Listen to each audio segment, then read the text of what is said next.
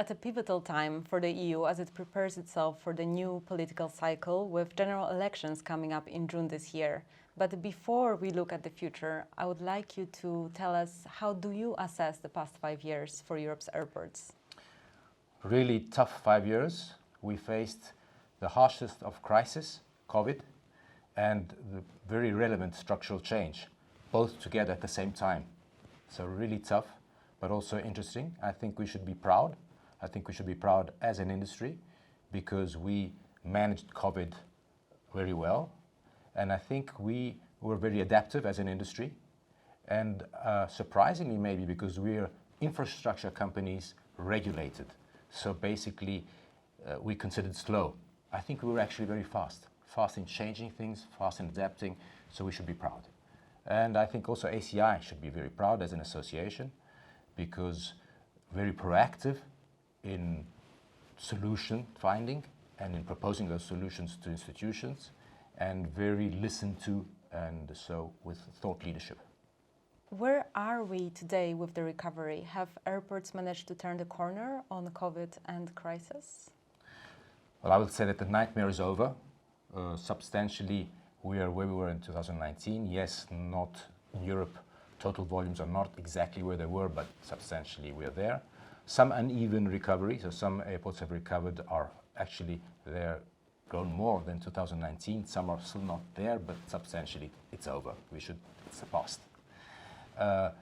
Some differences, big differences compared to how the market was in 2019. More leisure and more low cost.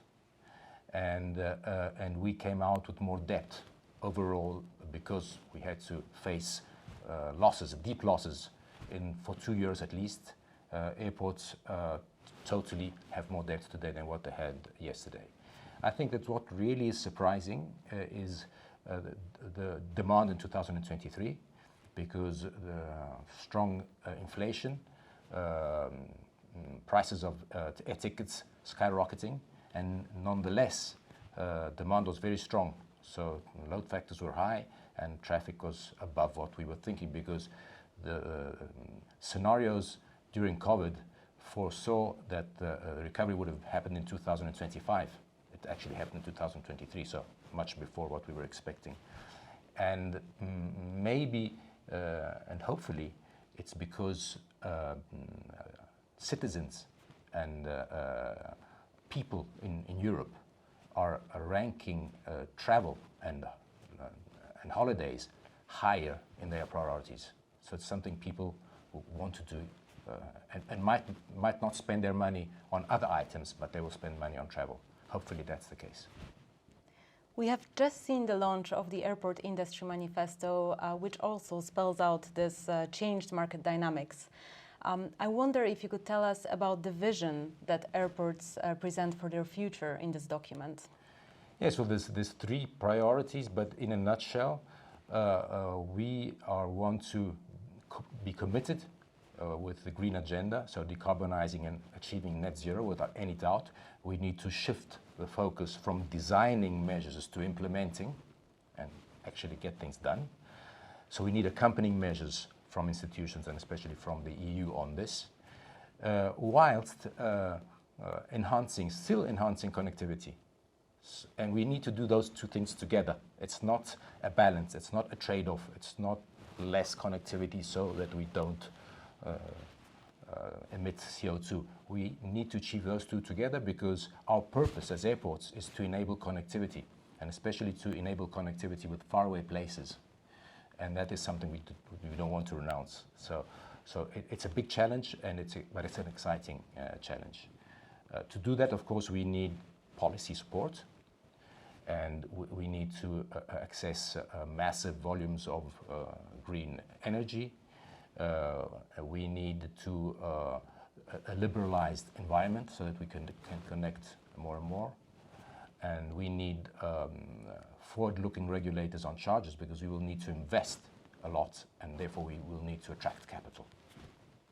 If you were to advise the new leaders that are coming to their posts later this year, what would you recommend that they tackle first? What are the so-called low-hanging fruit of policy that has the potential to improve the functioning of the aviation market?